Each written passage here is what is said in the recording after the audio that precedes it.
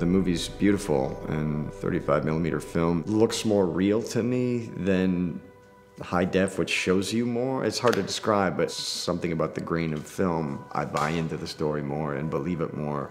Movies are meant to sort of transport you and meant to be this magical thing, and maybe it's because I was raised watching 35mm movies. It's a much purer experience.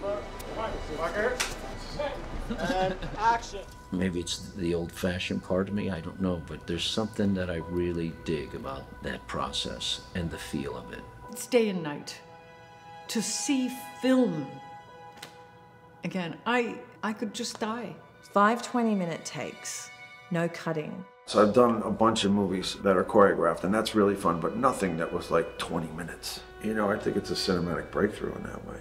There's no CGI, there's no visual effects, there's no hidden cuts. It's just pure analog film. To see it unfold on film was a revelation. We've all gotten lost believing that film is more fake or a little staid and formal. I would argue that staid and formal can still be beautiful and powerful.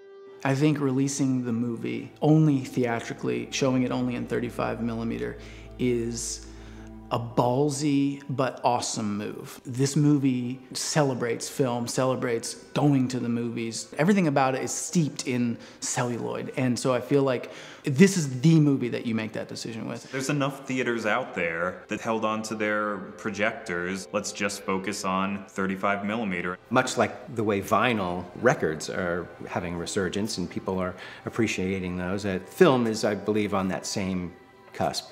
And there will always be a demand for people to see an actual projected movie on 35mm. As soon as we announced, a lot of theaters reached out to us saying, hey, we've got projectors, we would love to show your movie on 35, and we hope more theater owners and more cities reach out to us. I think it's fantastic that we're doing it old school and purist, and it really adds the fun of cinema.